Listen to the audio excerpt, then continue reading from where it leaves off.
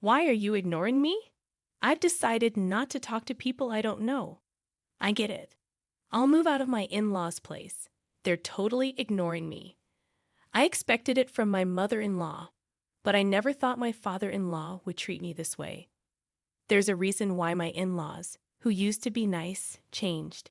It's because of my sister-in-law who doesn't like me. Ever since she came back home, our peaceful life together has been completely messed up. Don't expect me to regret it, okay? You think I'm gonna feel sorry about this? Think again, jerk. I packed my stuff and left my in-laws' house. And guess what? Just 3 days after I left, their house turned into chaos. I met my husband at work. He worked in sales and came to my office often, and I was the main person he dealt with. As we spent more time together in meetings and chats, I started to like him. He was caring and kind, tall and not necessarily conventionally handsome. But he had this charm about him. He was popular, but for some reason, he said he liked me, and we started going out. We talked about our families, and he told me about his parents and sister. I lost my parents in an accident when I was young and grew up in an orphanage. It was a big deal for me, but when we started dating, I told him about my past. He said, "That sounds tough, but I'll always be there for you." And then he asked me to marry him. Right from the start, my husband wanted us to get married, so he quickly introduced me to his parents. During the meeting, I shared about my time growing up in an orphanage. They listened carefully and assured me that it wouldn't affect our marriage. It made me really happy. They even said that my background had no bearing on being part of their family, which warmed my heart.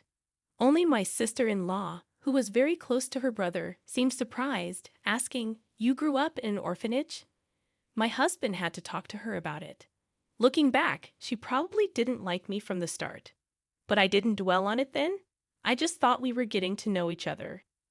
Before we got married, my husband and I talked about moving in with his parents. We thought about it seriously, but in the end, I decided not to leave my job. It turned out my husband was going to be transferred soon anyway. I thought about quitting to go with him, but my career was going strong, and I had just been given more responsibilities. After discussing it, we decided he would move alone. After tying the knot, I wanted to enjoy that newlywed bliss for a while. I even casually thought about visiting my husband during long weekends for a little getaway. The idea of moving in with my in-laws right after marriage seemed a bit daunting, but my husband probably felt more comfortable living with them. Plus, he likely wanted to reassure his always worried mother by having us all under one roof. Since I lost my parents early on, I'd always longed for a family, so living with them didn't sound too bad. Besides, my in-laws had always treated me kindly, and I'd grown fond of them. Juggling work and my responsibilities as a daughter-in-law was tough, but having a family made me happy and fulfilled. Then one day, my father-in-law approached me with an unexpected request. This marked the beginning of some tension in our seemingly happy living arrangement. It was a time when my overly anxious mother-in-law, who tended to be a bit controlling with my father-in-law, was out shopping. I was about to start cleaning on my day off when my father-in-law asked to talk to me. "What's up?" "Well, I don't want my wife to find out, but I'm taking a leave from work." "Wait, a leave?" He explained that he'd been having issues with his boss and colleagues, and his health had gotten so bad that he had no choice but to take time off. My mother-in-law is generally a kind person, but she's always on edge and a bit obsessive. Living with them, I started to notice her anxious habits and how my father-in-law walked on eggshells around her to avoid upsetting her. He had always been slim, but looking back, I realized he had lost even more weight recently. It would have been comforting if my mother-in-law showed genuine concern about his weight loss. Instead, when he took a sick day for a cold before, she commented, "A cold. Everyone else at your level is already at the top. It's because you're always taking time off for silly reasons like colds. That's why you're not getting promoted." Rather than being caring, she was the type to be critical. He probably tried to soldier on no matter how bad he felt. But his health kept declining, and he started taking more sick days to secretly visit the hospital. He was really struggling both mentally and physically. With his frequent early departures, lateness, and days off, there was talk of him possibly needing to take a break from work. But my father-in-law was hesitant to upset my mother-in-law in any way. If he even suggested taking time off, she'd likely explode with anger.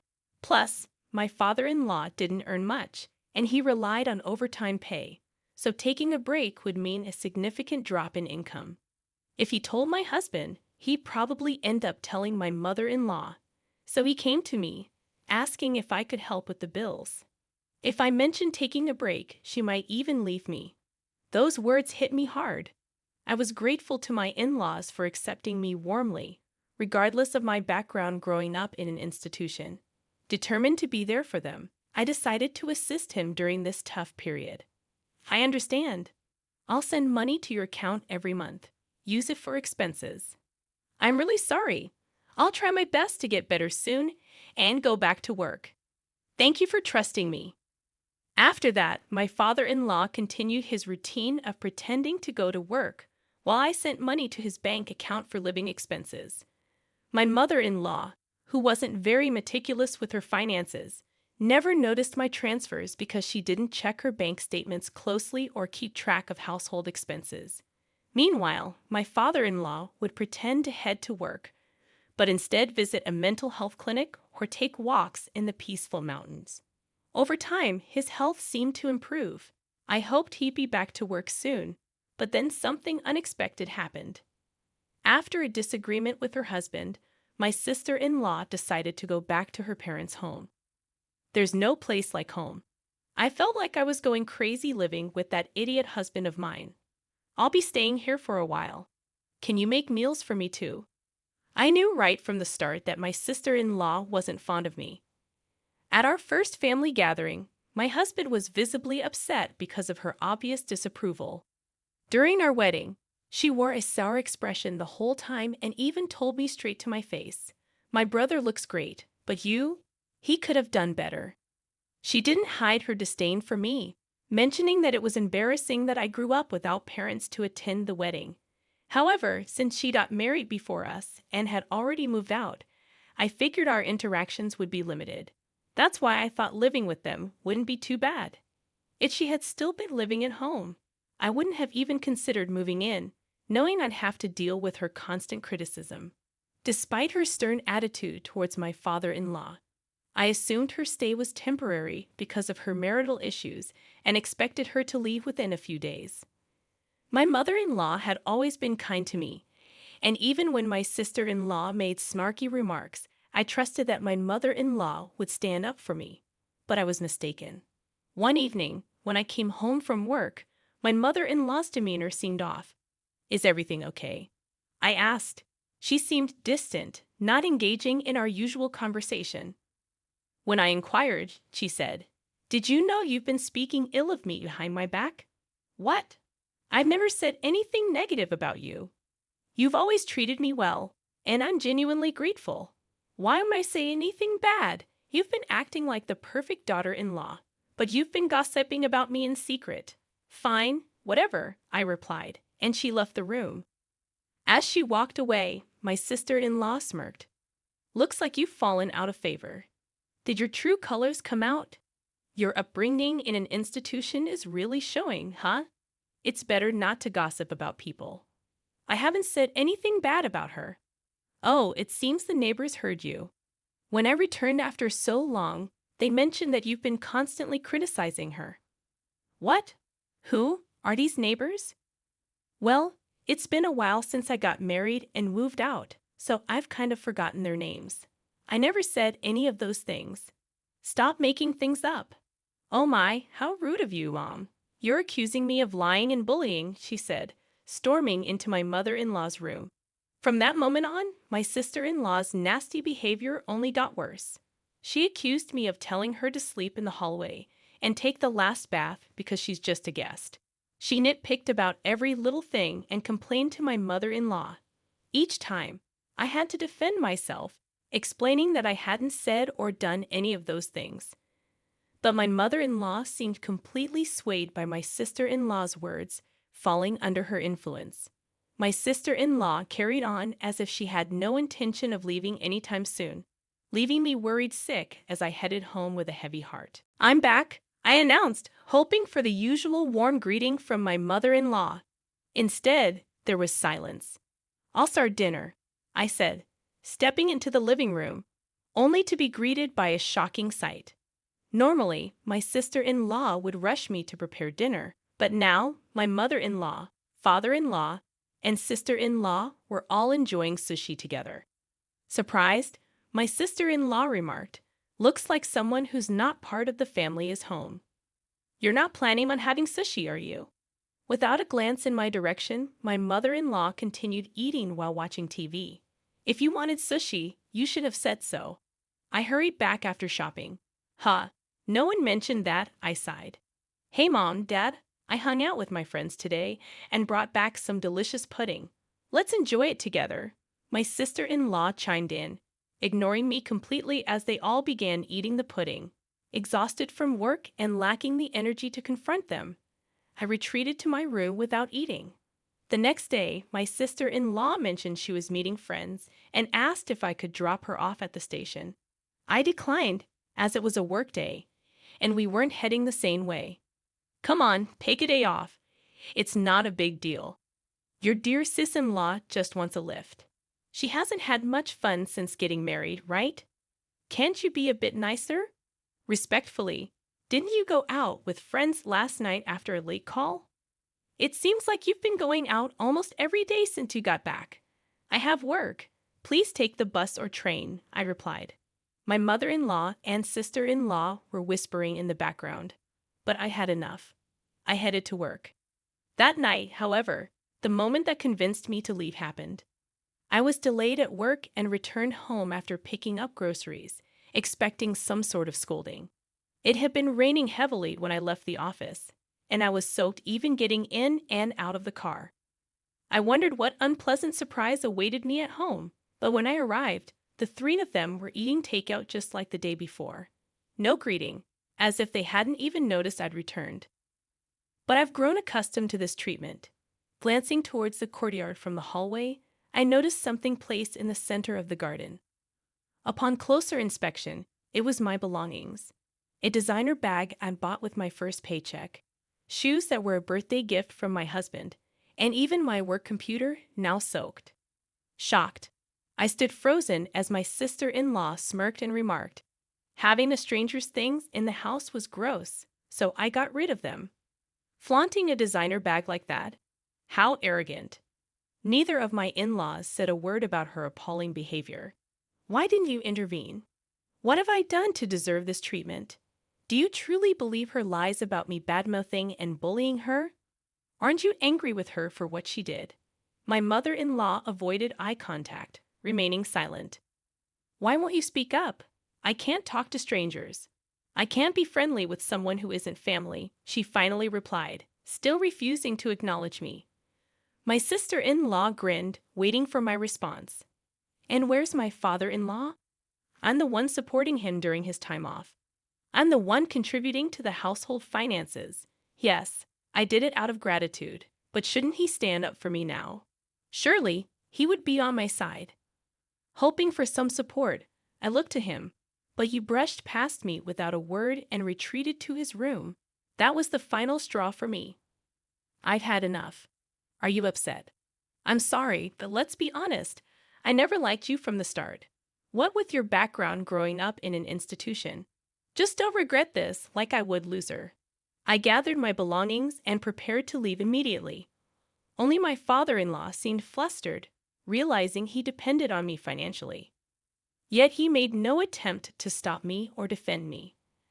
I was utterly disillusioned by his indifference.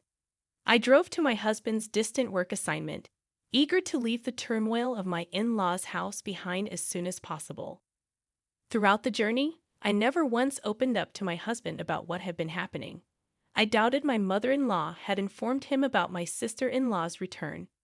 If he had known, he would have surely reached out to me, aware of the strained relationship between us. Yet my husband never mentioned anything about my sister-in-law in his calls or messages.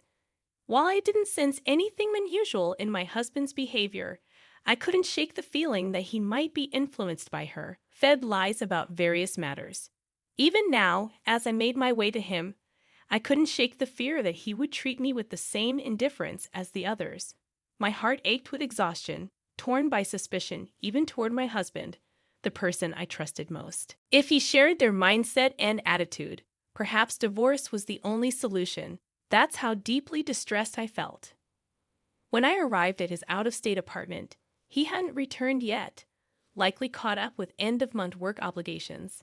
As I waited, my husband energetically walked in, perhaps noticing the lights on. "What if I knew you were coming?" "I would have rushed home," he exclaimed. "What a pleasant surprise. Just seeing your face." His radiant smile immediately lifted my spirits. The relief of seeing him genuinely happy to see me, combined with the lingering humiliation from my in-laws' home, overwhelmed me, and I couldn't hold back the flood of emotions any longer. Tears streamed down my face as I broke down in his arms. "What's wrong? Did something happen?" "Please tell me," my husband implored, clearly unaware of the treatment I endured at his parents' home. Gathering myself, I knew I needed to explain everything to him clearly. I recounted the whole ordeal. How I'd been supporting his father financially, who had taken medical leave without informing his wife. How his sister had returned and poisoned his mother against me with lies. How they treated me as an outsider, ignored me, and left my belongings out in the rain, ruining them. Through tears and pauses, I laid it all out for him. Finally, I made it clear that I had no intention of ever going back to that house, and if he couldn't support me on this, I'd seek a divorce. My husband apologized for being too preoccupied with work and not checking in on me more often, expressing regret over his family's behavior toward me. "You don't have to go back there or even speak to them," he assured me. "Even if I were to forgive them, I'm cutting ties with my parents and sister." He also vowed to stop providing financial aid to his father. That night, I felt a weight lift off my shoulders. The tension dissolved, and I slept peacefully by his side. After leaving my in-laws' house, I never returned.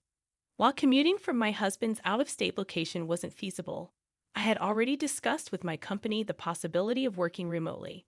Since my sister-in-law and mother-in-law had begun treating me harshly, my job didn't necessarily require me to be in the office all the time. Many of my colleagues and supervisors also worked remotely. Although I still needed to visit the office a few times a month, several colleagues lived even farther away, so transitioning to remote work wasn't an issue. I hadn't truly experienced married life since moving in with his family and dealing with my sister-in-law's bullying.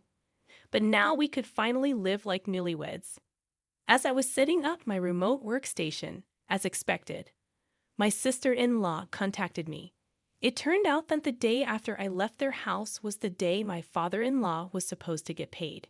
Usually, my mother-in-law withdrew a certain amount and transferred it to their household account on payday, but this time she couldn't.